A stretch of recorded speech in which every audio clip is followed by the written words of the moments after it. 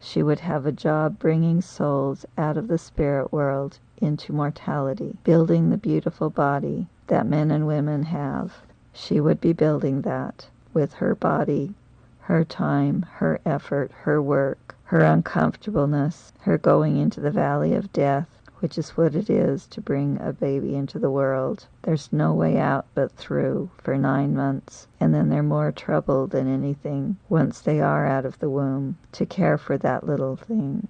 Night and day, 24 hours, 24/7, watching them that they do not die. She would be in a position needing protection, as she is less able to protect when caring for small children, as I found in my life when I had 7 small children, being provided for while caring for small children. Why should she have a free ticket to be cared for just by having children? It was stated in divorce court. An idea of a man who was totally selfish, planting that in the mind of his sons instead of the correct idea about women. And then I was taught another principle by God. I've taught this principle to my sons when they were struggling with the strong sex drive that men have. The principle I was taught was that men would not provide for other men except for this strong sex drive.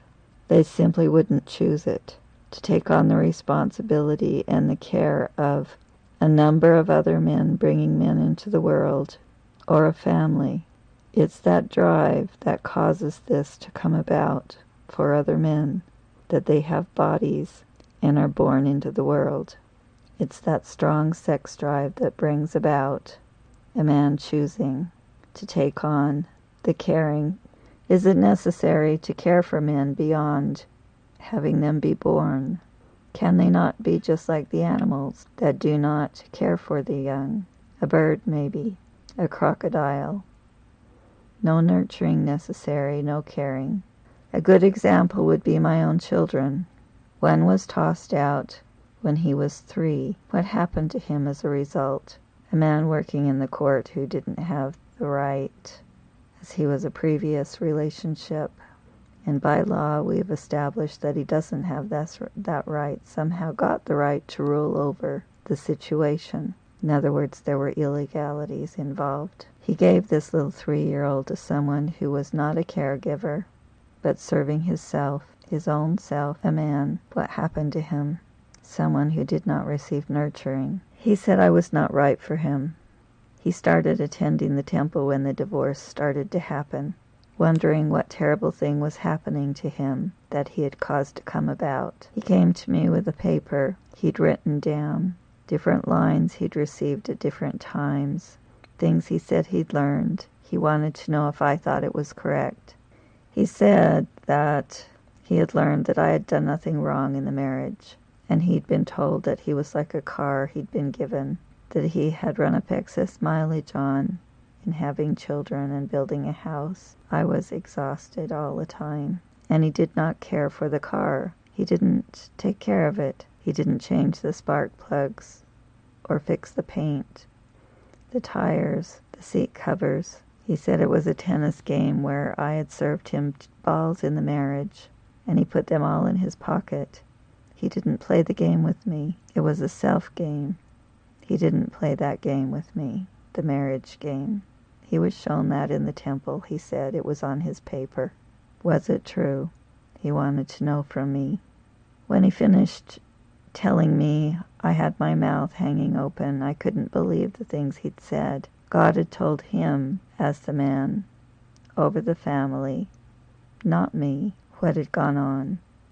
I had my mouth hanging open. It was so correct. It was exactly what had happened. He was in it for his own self. He did not care for the other man involved with him, or his wife, the man with the womb working at his side. He did not love his neighbor as himself, or see his neighbor as himself. So he came back to me at that time, explained it all, asked me if it was correct. So is this right? I said yes. He said, well then will you have me back? I said on one condition, that you have to do something, anything, where there's not something you get out of it, something where there's not something in it for you in regards to me. You have to love me, bottom line. I didn't say that, but I explained it to him in that way. You have to do something where you don't get something out of it. And then, yes, I will do it again with you. The marriage counselor went over it with us before we got divorced. He said, "What do you want?" to me. He said, "What did he want?" to him. He wanted dinner on the table at 5:30 when he walked in the door, because I was working long hours on the house, on building a house and caring for children. So we usually ate late. I wanted him to find something that was of value in something I did, because he did not. He did not ever support me as being of any value. So his thing he had to do to have the marriage was to do something where there wasn't something in it for me. He used to say that to me all the time. What's in it for me? What do I get out of it? He had to get out of it something or he wouldn't do it. He had to care for the person by his side without interest in his own self. He wouldn't do that. He wanted the marriage back on his own terms, which was the same as it was before, regardless of anything on the paper that he'd received in the temple. We worked for a year. There were opportunities. He refused. He would not watch the children for a minute if it wasn't on what he had to do. He wouldn't get me anything, buy me anything, do anything for me, not for my birthday, not for Christmas. He would only get me presents where there was something in it for him. He would buy me a dishwasher if he got something out of it. He would buy me dish rags that he liked better than the ones I had. He would oversee my job in the house and family. He would watch me as I vacuumed, watch me as I nailed a nail, watch me as I folded the clothes, to correct me in what I was doing, that I would do it better. To load the dishwasher, he showed me how to load it, that it would be better. Instead of doing the outside jobs, caring for the lawn, he understood his job to be overseeing me, to be my supervisor. So he watched everything I did in the house and family to correct me, and left me to do the outside work and the inside work, or everything. He didn't have it right. So he was given these children where he didn't choose to do anything where there wasn't something in it for him. So in caring for the children, there always had to be something he got out of it. And children are not that way. It's a selfless job to care for children. You do not care for yourself when you're taking care of a child all night long, which he did not do, which I'm understanding did not happen in his own family. And that's why his sister was mentally retarded. She burned up with a fever, because they didn't stay up with her all night, sponging her off to keep her fever down. When he received the children, they were on their own. He didn't care for them. It was a lie told to the court. When he received the children, they were on their own. He didn't care for them.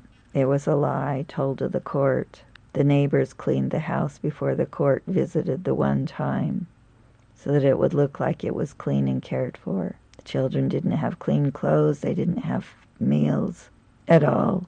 The one time the court did visit the house where he had the children, he was required to take parenting classes because he was not parenting the children, acting as a parent or as a person that was doing the job of being a parent at all. He didn't take those classes. He was required to hire someone to make breakfast, at least, that the children would have breakfast before school. So he had to hire someone to come into the house and make breakfast for the kids. The one daughter that we had was doing the washing and other jobs that a woman usually does, and she was 8 years old, which the court did not feel was appropriate to throw the job of being a mother on her. So he was required to hire someone to come in to fix breakfast, at least. They were not cared for, so this 3-year-old was not cared for.